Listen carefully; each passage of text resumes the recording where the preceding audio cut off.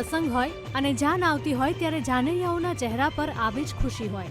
રાજપીપળાથી અમદાવાદ આવેલી હિમાંશુ ભાવસારની જાનમાં પણ આવો જ માહોલ હતો। હિમાંશુએ પોતાની દુલ્હન સાથે ફેરા પણ ફરી લીધા, પરંતુ જાન પરત રાજપીપળા ફરે તે પહેલા જાનની આખી બસ અને વર-વધુ બંને પણ હોસ્પિટલ પહોંચી ગયા, કારણ કે તમામ જાનૈયાઓને ફૂડ પોઈઝનિંગની અસર થતાં ઉલટીઓ થવા લાગી હતી। જે બાદ જાનૈયાઓની બસને સીધી જ નડિયાદની સિવિલ હોસ્પિટલ લઈ જવાઈ, જ્યાં તમામ દર્દીઓને દાખલ કરવામાં આવ્યા અને તેમની સારવાર કરવામાં આવી। વિશાલા ડેરી પાર્કમાં જે અમારું ભોજન આરોગ્યું હતું ને એના પછી 1 કલાક પછી અમને જે ફૂડ પોઈઝન થયું હતું તો વોમિટિંગ અને ડાયરિયા થયા હતા। અત્યાર સુધી બહુ બધાની હાલત ખરાબ થઈ ગઈ હતી। તેમાં 13 થી 14 વાર મને હાલમાં વોમિટ થઈ ગયેલી અને રાત્રે અમે 1 વાગે એડમિટ થયા હતા। અમદાવાદની હોટલ મેરીગોલ્ડમાં હતા લગ્ન। હોટલમાં જમ્યા બાદ જાનૈયાઓની લથડી તબિયત। રાજપીપળાના હિમાંશુની જાન નિકોલ વિસ્તારમાં આવી હતી।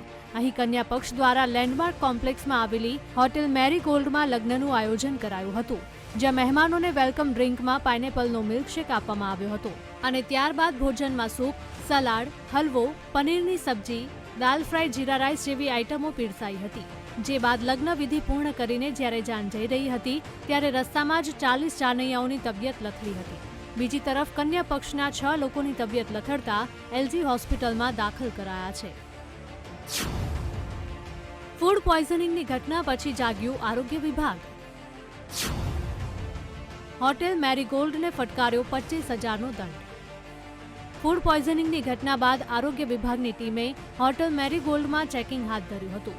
ગાજરનો હલવો અને પાઇનેપલ મિલ્કશેક સહિતની ખાદ્ય વસ્તુના સેમ્પલ પણ લીધા છે, જેને તપાસ માટે લેબમાં મોકલાયા છે। આ બનાવની ચેકિંગ કરતા લગ્ન પ્રસંગે આ બનાવ બનેલ છે, જે પૈકી વર પક્ષ જે પોતાની જાન પરત થતા હતા તે દરમિયાન અંદાજિત 30 થી 40 લોકોને ઝાડા ઉલટીના બનાવ બનેલો હતો, સિમ્પટમ્સ આવેલા હતા અને તે લોકોને નડિયાદ હોસ્પિટલમાં દાખલ કરવામાં આવેલા હતા। તેમજ કન્યા પક્ષ તરફથી પણ આ પ્રકારના 6 વ્યક્તિને એલજી હોસ્પિટલમાં એડમિટ કરવામાં આવેલા હતા। આ પૈકીના 5 વ્યક્તિઓને રજા આપવામાં આવેલ છે। આ સાથે સાથે જે જમવામાં જે પ્રકારનું પનીર અને અન્ય જે આઇટમ વપરાશ કરવામાં આવેલી હતી તેના નમૂના પણ લેવામાં આવેલ છે અને કોર્પોરેશન દ્વારા આ બાબતે આગળની કાર્યવાહી કરવામાં આવશે। સવાલ અહીં એએમસીના ફૂડ વિભાગની કામગીરી સામે પણ ઉઠી રહ્યા છે। શું એએમસીનું ફૂડ વિભાગ આવી હોટલોમાં ચેકિંગ નથી કરતું? લોકોના સ્વાસ્થ્ય સાથે ચેડા કરતી હોટલો સામે ક્યારે કડક કાર્યવાહી થશે? એક પણ જાનૈયાને કંઈ થયું હોત તો જવાબદાર કોણ હોત? હાલ તો ફૂડ વિભાગે સેમ્પલ લઈને તપાસમાં મોકલ્યા છે, પરંતુ તેનો રિપોર્ટ ક્યારે આવે છે અને સાચું કારણ શું સામે આવે છે તે જોવું રહ્યું। Darshal Raval, VTV news, Ahmedabad.